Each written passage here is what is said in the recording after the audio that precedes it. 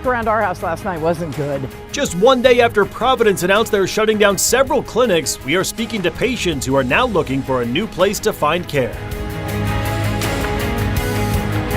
Sunshine dominates the forecast as we head into the weekend as temperatures soar next week. The suspect detained by Spokane police last night for a deadly stabbing faced a judge today. Tonight, we'll bring you the latest details surrounding the incident and the suspect's relationship to the victims. The man suspected of shooting and killing 4 people at a Montana bar has been caught. Good evening and thank you for joining us for KREM 2 News at 5 tonight. I'm Mark Hanrahan. Michael Brown has been on the run for the last week. His alleged victims included a bartender and customers, one of whom was a beloved retired nurse. The CBS station in Butte, Montana is reporting police arrested him at around 2 o'clock today, just west of Anaconda.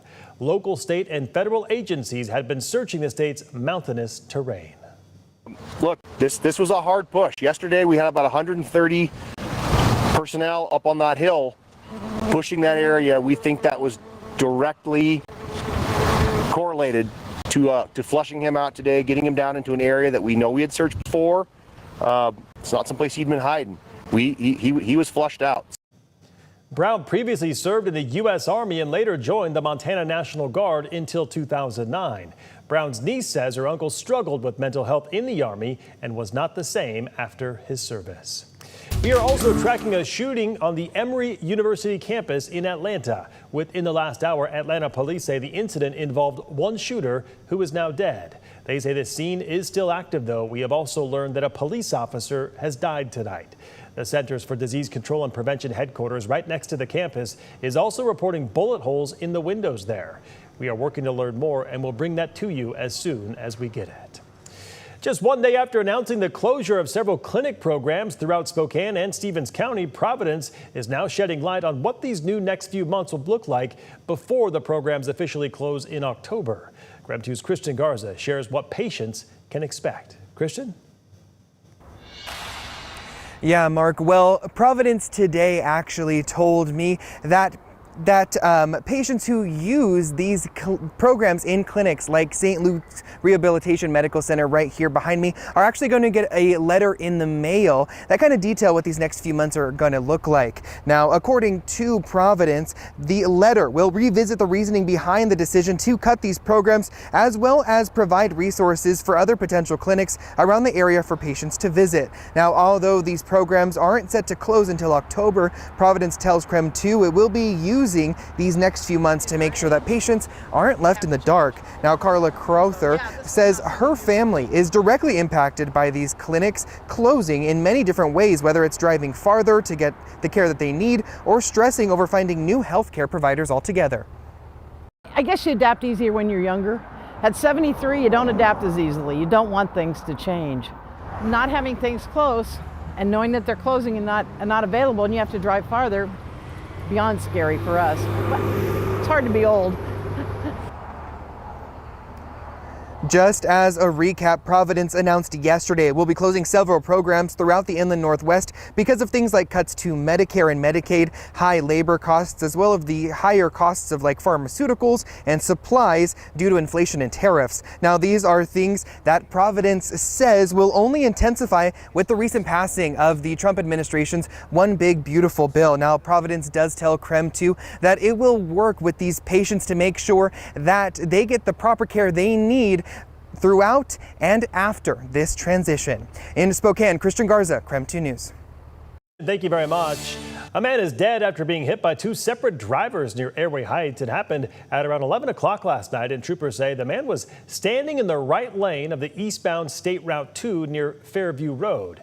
That's when the driver of the first vehicle hit him, and then he was hit by a second driver of a different vehicle. The man died at the scene. After decades of honoring the victims of traffic collisions with roadside signs that include a safety message, WashDOT is asking for public feedback about the program's future. That program began back in 1994, and with more than 1,000 memorial signs installed along Washington roadways, WashDOT is looking to reduce sign overcrowding in some urban locations. The Roadside Memorial Program online will open house It'll be open tomorrow, for today to September 1st. WashDOT says that the public is invited to fill out a survey and provide feedback about the program at that website right there on your screen.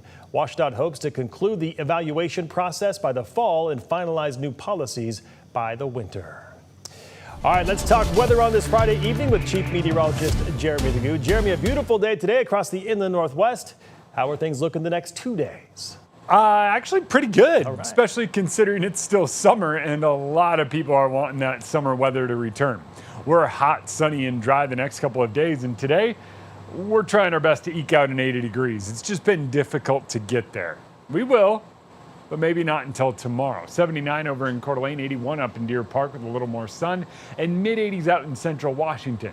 Our warmest time of the day is still right around now. I know our sunrise is happening later and our sunset is happening earlier, but yeah, it's somewhere in the 5 o'clock hour when we typically see our warmest weather.